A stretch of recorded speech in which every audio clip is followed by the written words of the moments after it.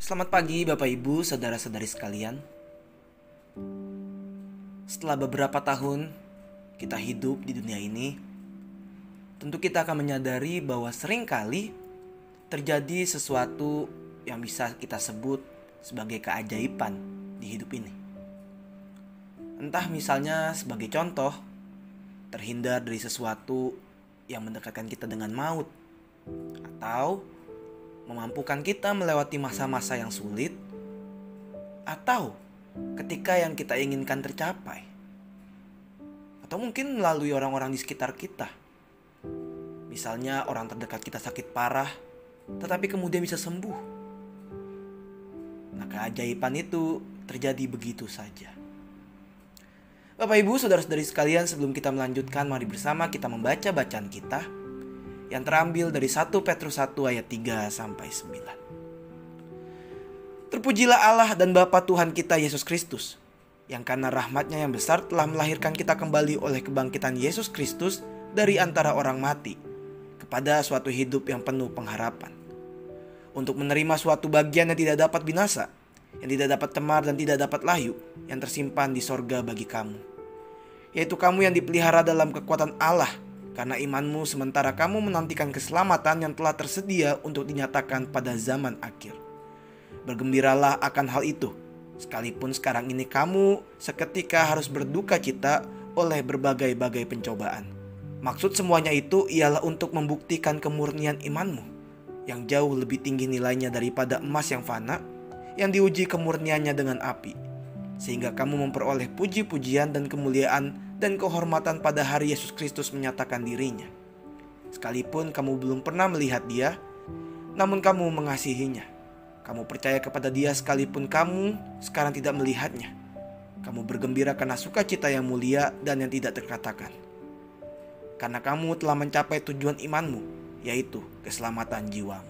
Bapak Ibu, saudara-saudari sekalian, elpis, kata Yunani dalam Perjanjian Baru yang berarti pengharapan, memiliki penggunaan yang hampir sama dengan kata pengharapan di Perjanjian Lama. Kata tersebut menegaskan sikap menanti-nanti dengan penuh harap kepada masa depan yang telah dijanjikan oleh Allah. Akan tetapi, di Perjanjian Baru lebih menekankan mengenai Yesus sebagai sumber pengharapan yang utama dan puncak pernyataan dari kebaikan serta kesetiaan Allah. Di dalam 1 Petrus, penulis menggambarkan hidup yang penuh pengharapan yang dimiliki oleh orang percaya. Pengharapan itu mempunyai dasar yang pasti pada masa depan yang telah dicapai oleh kematian dan kebangkitan Kristus. Pengharapan itulah yang menolong orang percaya bertahan melewati masa-masa sulit sembari menantikan keselamatan yang akan dinyatakan pada zaman akhir. Di sini keselamatan mengacu pada kelepasan akhir dan penuh dari kejahatan dan kematian yang akan tergenapi pada kedatangan Yesus kembali. Pada usia senjanya, ingatan Nyonya Goodrich sudah mulai memudar seiring dengan kenangan akan hidupnya yang syarat dengan kesulitan sekaligus juga dengan kebaikan. Sembari duduk di depan jendela yang terbuka ke arah Teluk Grand Traverse, Michigan, beliau meraih buku catatannya. Dalam buku itu ia menuliskan kata-kata yang sebentar lagi tidak akan ia kenali sebagai tulisannya sendiri. Beliau menulis, "Saat ini aku sedang duduk di kursi favoritku, dengan kaki bertumpu pada ambang jendela dan hati yang begitu gembira. Gelombang laut yang berkilauan terus bergerak, mengalir entah kemana, aku tidak tahu. Namun demikian terima kasih Bapakku di surga atas anugerahmu yang tak terhingga banyaknya dan kasihmu yang tidak berkesudahan. Aku selalu merasa takjub. Bagaimana mungkin aku mengasihi pribadi yang tidak dapat kulihat." Itulah tulisan yang ditulis oleh Nyonya Goodrich dalam bukunya. Rasul Petrus juga mengakui kenyataan yang sangat menakjubkan tersebut. Ia pernah melihat Yesus dengan mata kepalanya sendiri, tidak seperti para pembaca suratnya. Petrus berkata, "Sekalipun kamu belum pernah melihat Dia, namun kamu mengasihinya. Kamu percaya kepada Dia.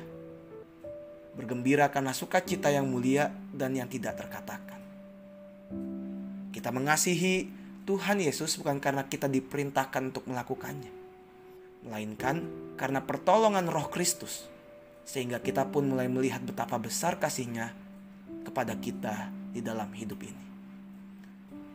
Kita tidak sekedar mendengar bahwa Dia memperdulikan orang-orang seperti kita, tetapi kita sendiri pun mengalaminya melalui keajaiban yang terjadi di dalam kehidupan kita, yang dihadirkan oleh Kristus yang tidak terlihat dan Roh-Nya secara nyata di masa-masa hidup kita. Semoga melalui renungan ini kita dimampukan untuk menyadari bahwa sekalipun kita tidak bisa melihat Kristus, tetapi kita tahu bahwa Kristus selalu hadir di dalam kehidupan kita. Selamat pagi, selamat menjalani hari. Tuhan memberkati. Amin.